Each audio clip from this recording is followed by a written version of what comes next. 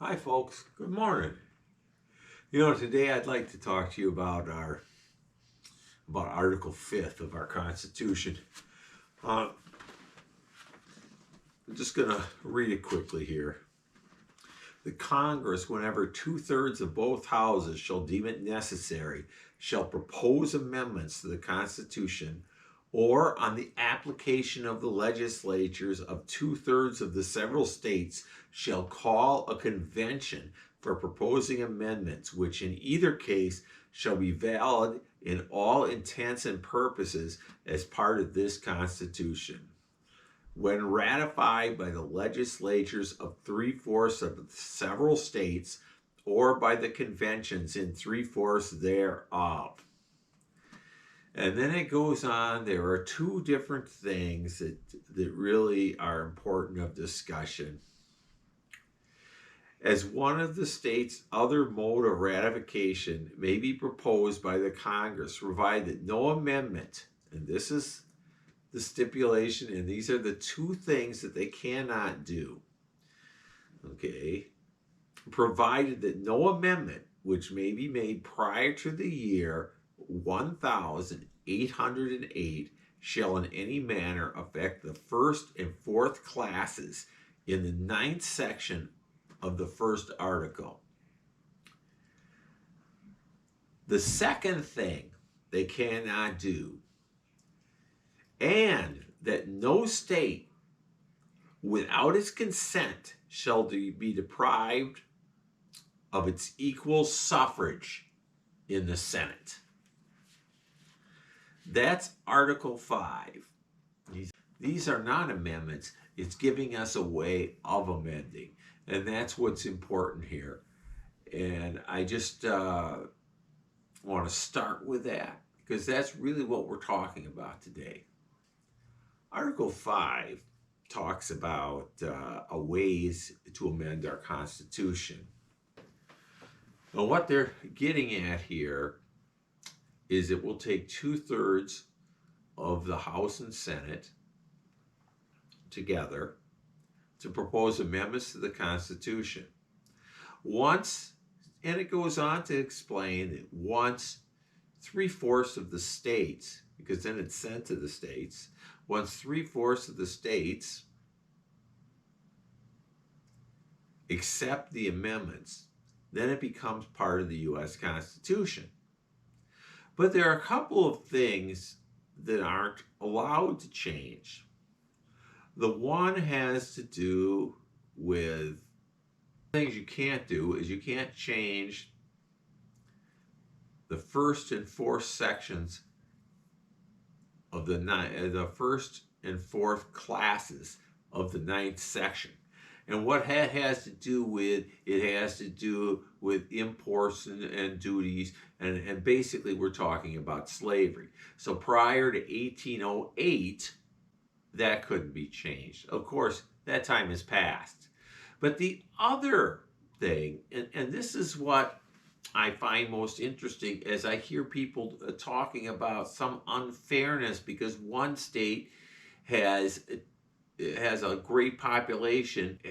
One state has 55 House members and only 2 senators. The next state, only because of population, only has 1 House member, and he still gets the 2 senators. And somehow they think that that's some great injustice.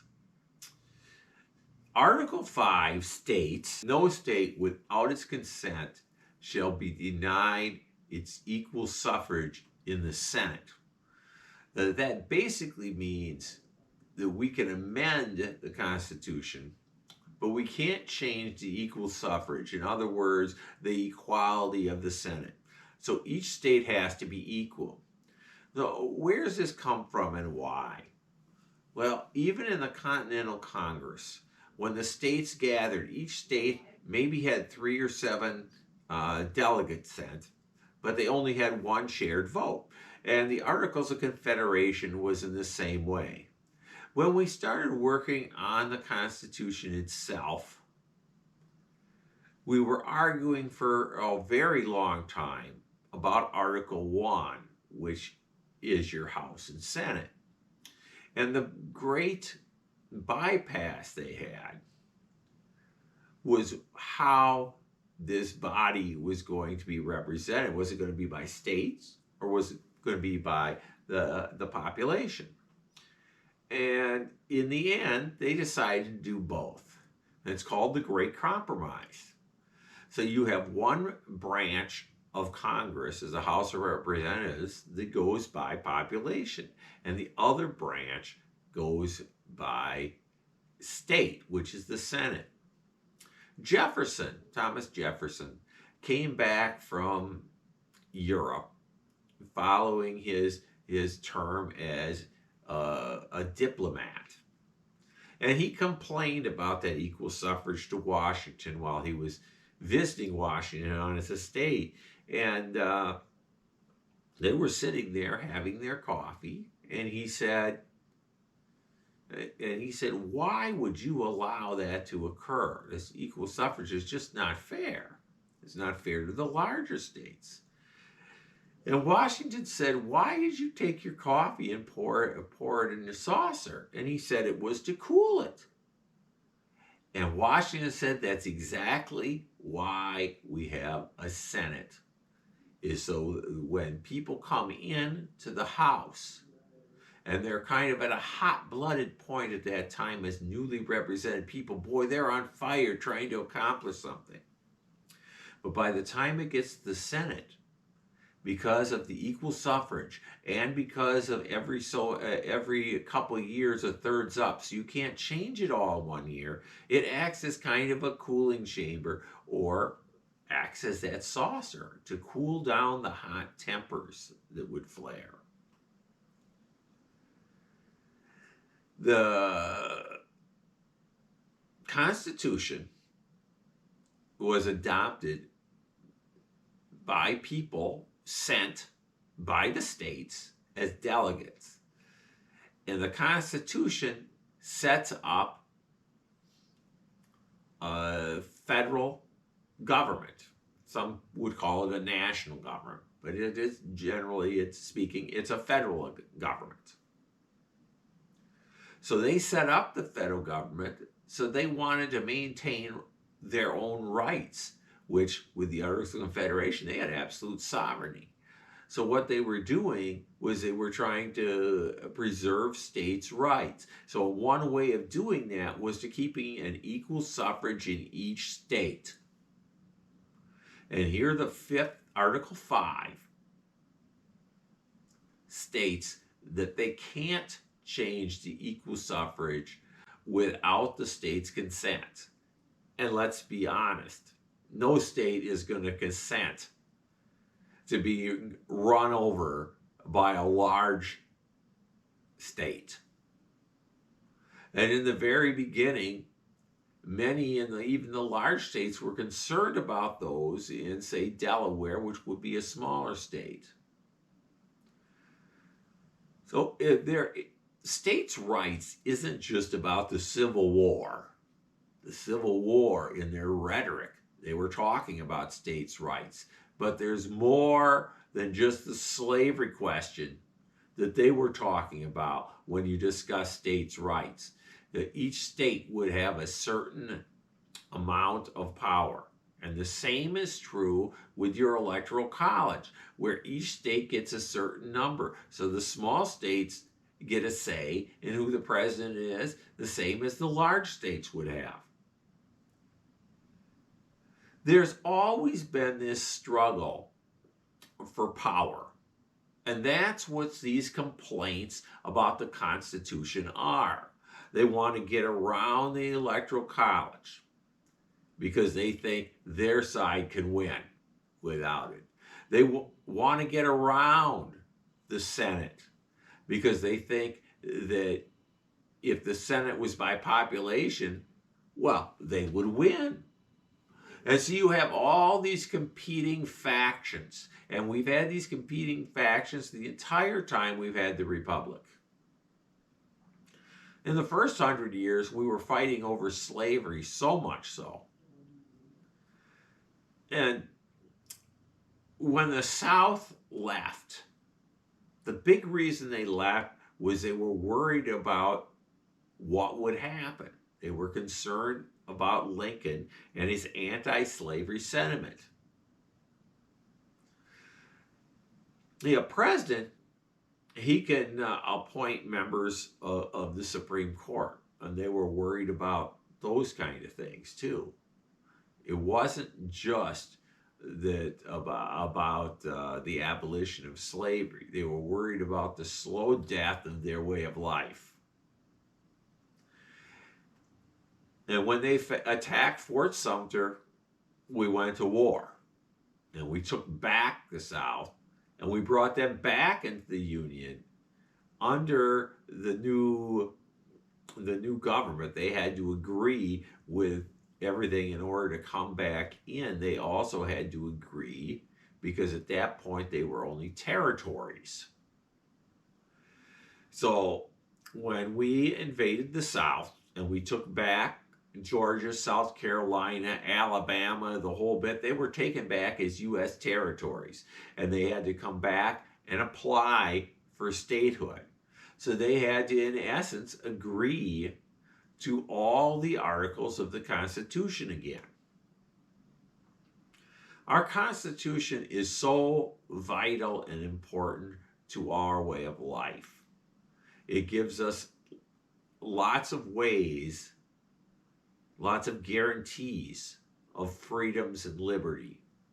It also gives us responsibilities, but it doesn't, even though the Constitution is the high federal law, it doesn't mean it's absolute. And when you look at the first 10 amendments, you're talking about restrictions to the federal government.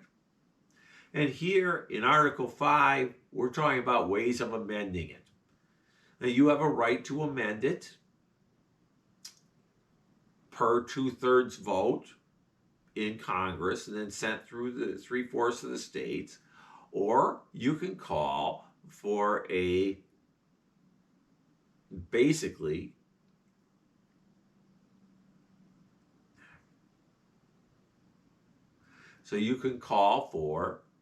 basically a convention of states, which would basically be a new constitutional convention. But you'd still have to have 3/4 of the states in new ratifying conventions to accept it. This is almost an impossible task. I would say it very well might be. So we have, the best we can do if we want to change things is get our congressmen to send amendments. And there have been many amendments sent down. Most of them don't make the light of day. But Article 5 shows you how it can be done, and it restricts you from what you can do in only 2 situations. But slavery today is a dead letter. It's over. By giving a stipulation that you can't change it until 1808, tells you that they were setting it on a course to change it, to slowly eradicate the problem until it no longer existed. Emancipation was brought on in the North gradually in many states, and that's how we got rid of the problem.